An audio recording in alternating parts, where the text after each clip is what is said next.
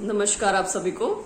ये video HPSC द्वारा conduct करवाए जाने दो एग्जामिनेशन एचसीएस प्रिलिमिनरी व एचपीएससी डेंटल सर्जन के रिगार्डिंग है, जिसमें बड़ा कैश फॉर जॉब स्कैम पकड़ा गया था व जिसके चलते ये दोनों के दोनों एग्जामिनेशन रद्द करने पड़े थे।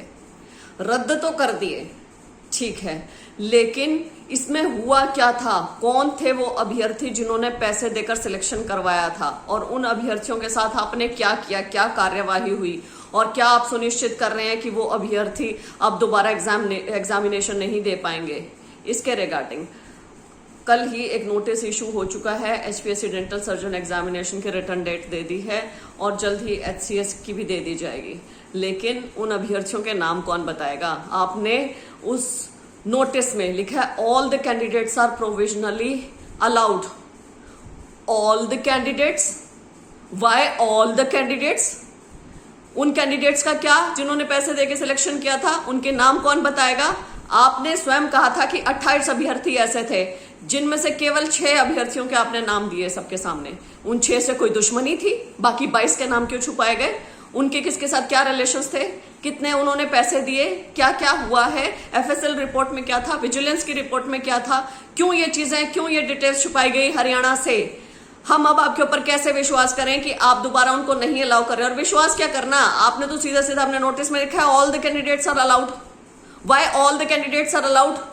क्यों उन धोखेबाजों को, उन भ्रष्टाचारियों को भी आपने इसमें बीच में ले लिया है, रिटर्न टेस्ट के बीच में, या आपसे लिखित में कोई मिस्टेक हुई है? आपने किया क्या है एग्जैक्टली उनके साथ, क्या कार्यवाही हुई है, इसे कौन बताएगा पूरे हरियाणा के सामने? वरना क्या फायदा है दोबारा एग्जाम लेने का? सीधे सीधे बता दीजिए कि इस पोस्ट के इतने पैसे हैं, डायरेक्टली दे जाओ और हम पैसे लेके लगा लेंगे। यही तो चल रहा है, क्योंकि यही तो हो रहा है। क्योंकि डिटेल कौन देगा उसकी? 24 घंटे 7 दिन एक ही चीज लगी रहती है टीवी के ऊपर, पारदर्शिता, निष्पक्षता, ईमानदारी। पारदर्शी सरकार, निष्पक्ष, ईमानदारी, यही आपने अपने बोर्ड के सामने कमीशन में लिख रखा है कि आप पारदर्शी हैं, निष्पक्ष हैं, ईमानदार हैं। अरे इतने ट्रांसपेरेंट हैं तो ट्रांसपेरेंसी से काम कीजिए ना, बताइए ना आपने किया क्या है। या आपने कॉन्स्टिट्यूशनल स्टेटस को कि we are constitutional body, independent constitutional body, हम एक स्वतंत्र संवैधानिक संस्थान है, इसलिए हम नहीं बताएंगे। ये भ्रष्टाचार हुआ था, हमने भ्रष्टाचारियों के नाम छुपा लिए, इसलिए हम नहीं बताएंगे। हम स्वतंत्र संवैधानिक संस्थान है, हमारी मर्जी, इसलिए हम गॉड हैं, हम बॉस हैं। This is not the way of working and we highly condemn it. आप कृपया करके विजिलेंस रिपोर्ट, एफएसएल रिपोर्ट सामने रखें। आप ये जो दोबारा ये जो चक्र है ना, फिर तो ये नाटक ही है सब कुछ एग्जामिनेशन लेने का। आपके ऑलरेडी डिसाइडेड है आपने किसको लेना है। All the candidates, you have already allowed all the candidates to appear provisionally in the examination. You have not mentioned anywhere कि आपने उन करप्ट कल्प्रिट्स का किया क्या है और वो कौन थे, उनके क्या क्या रिलेशंस हैं, किसी भी नेता, किसी मंत्री से कैसे, ये कौन उजागर करेगा? ये कैसा, दिस इज नॉट द वे।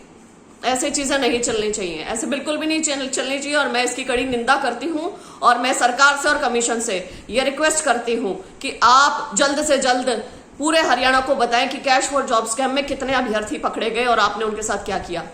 असल बात यह है कि 28 ही यदि अभ्यर्थी होते तो आप दोनों एग्जामिनेशन कैंसिल ना करते। ये बहुत बड़ा स्कैम, बहुत बड़े लेवल का स्कैम समझ में आ रहा है। और ये जो जितनी कहानियां जो बनेंगी ना कि हाँ इतने होंगे, ये तो बनेंगी क्योंकि आप कुछ नहीं बता रहे हैं। और जब तक आप कुछ नहीं बता रहे हैं तो पारदर्शी होने का, निष्पक्ष होने का और ईमानदार होने का ढोंग बंद करें। इनकी डिटेल्स दें।